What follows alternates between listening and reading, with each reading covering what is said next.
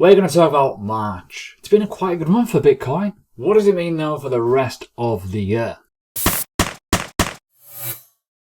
So hi everyone, welcome to the channel. If you're new, subscribe, hit the bell button, leave a like and obviously a comment. It does help massively. Don't know why I'm looking around, but hey ho.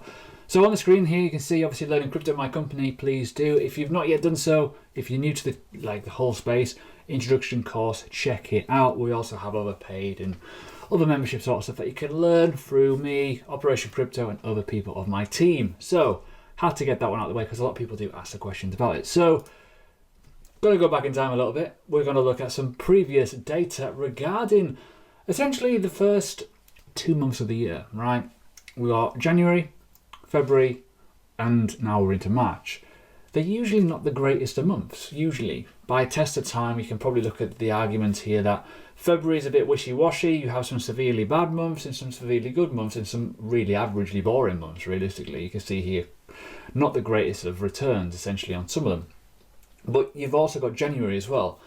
Pretty horrendous, realistically, when you think about the fact that it does have some good cycles, some bad cycles, and some really, really good cycles. It's just a bit random.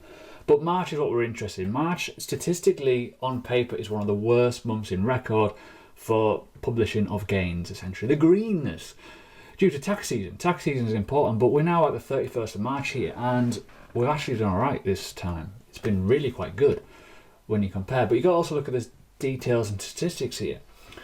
Regardless of what you think, even though we've been in bull markets throughout March, it's always been not the greatest of months, traditionally anyways, right? But what is kind of I'm more excited about is more about April and into May. They're statistically the two greater months because it's coming out of tax season. It's like a fresh slate for people to do well. And you always get a good run in the likes of November and obviously in July as well. It's a bit iffy, but usually more green.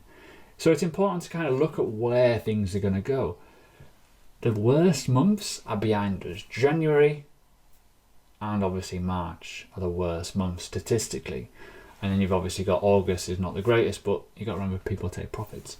So when we start thinking of where can we go from here, the previous year we've had 33% down. Obviously COVID crash kind of fermented that, but also got 2018, 2017, 2016, 2015, 2014. We had one good month, and then yeah, you can see the picture here. So March isn't ideally a good month, but I want to go back and look at this as well. We've had a great month regardless anyways, right? Good month, and people are panicking a little bit. When you look overall at the overall market, we are looking here at practically what, give or take a month ago, and it's important to realize that a lot of these coins are a lot higher than what they were. Apart from the exception of Polkadot, Cardano, but Ethereum's higher, Bitcoin is obviously higher. There's other coins up here as well. So obviously Theta tokens, freaking yeah, was $3. There's loads of tokens that are doing well. So it's not just altcoins that are doing well and Bitcoin. It's the entire market spectrum going up in the same time, and which we will talk about in a bit.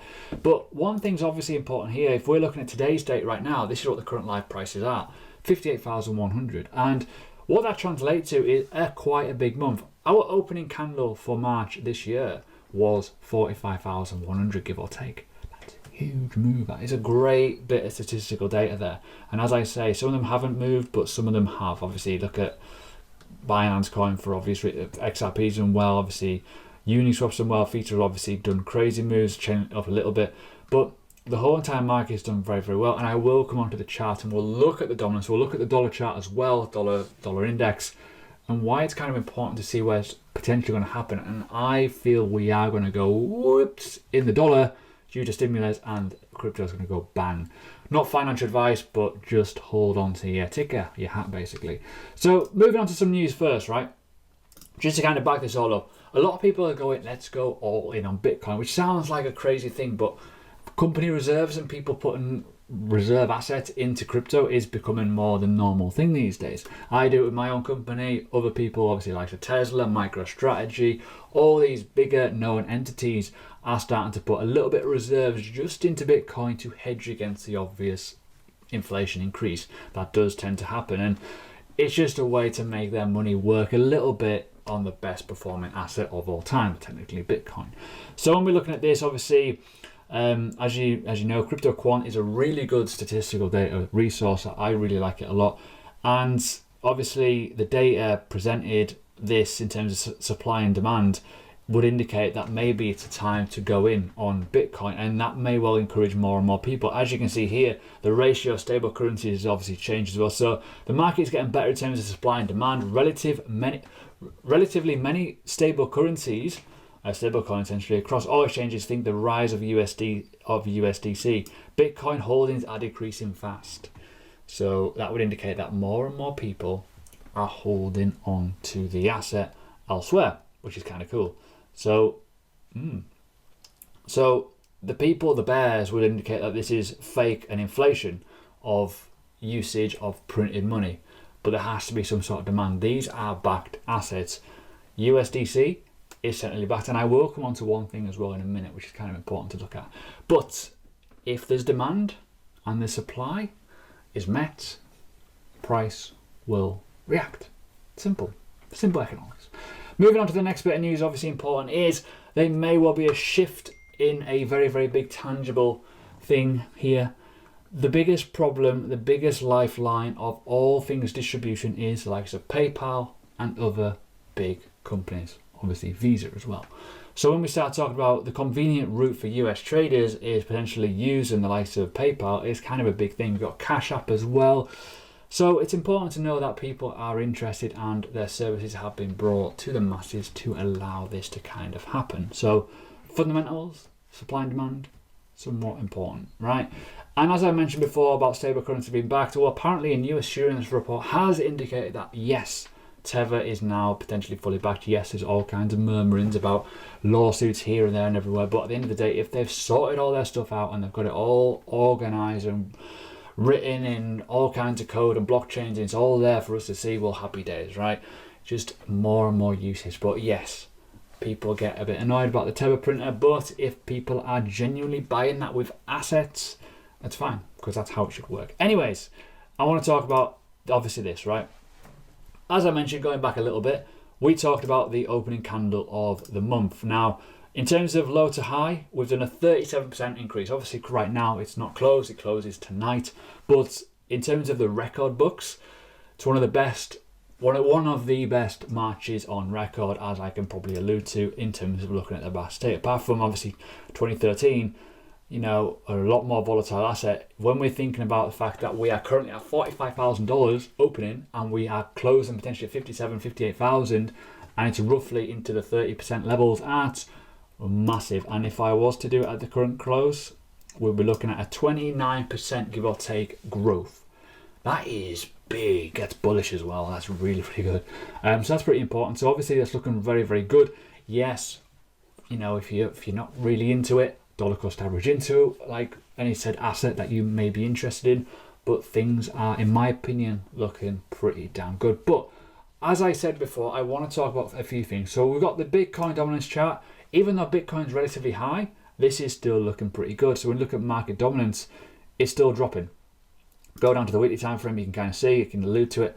It's still dropping from this high, and we're still at a certain level, which is kind of been holding on for dear life at the minute. It's kind of like, it's somewhat boring, but when this does snap below, and I do believe Ethereum will be the catalyst to this. If Ethereum pops, this is going to go and it's going to drop, and it's going to create a bit more of a pandemical sort of shift, as we saw in March last year, of things reacting to things. And I think the reaction will be up with altcoins essentially. So create some sort of panic in the air that, oh my god, Ethereum just blowing out the water.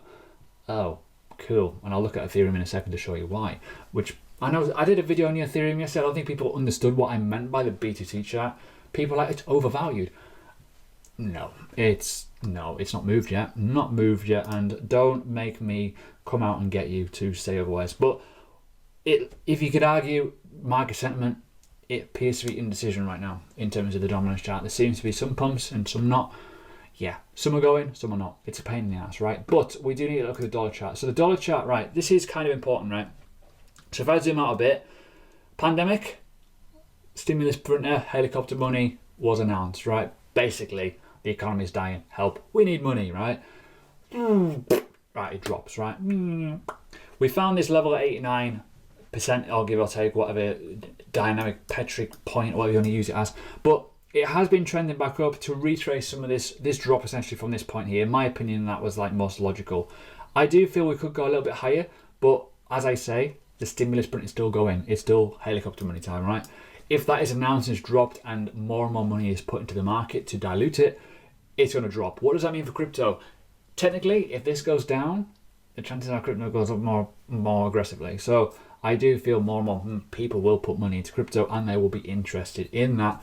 And obviously the stock market will have more and more zombie companies kicking around that are floating on thin air for no obvious, apparent, silly, stupid, obvious, kind of, weird reason. Because why?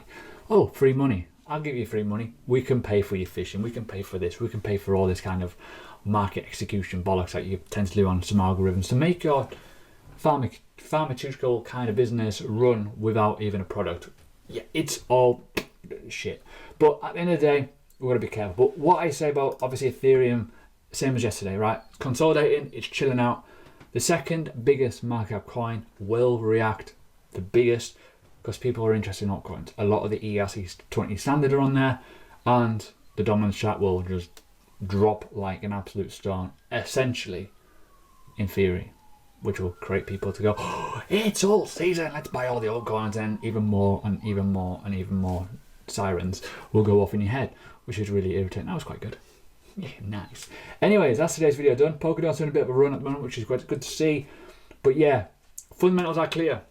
March has been great for cryptocurrency so far. We've got a few hours till close. Could be fun. So yeah, see you tomorrow.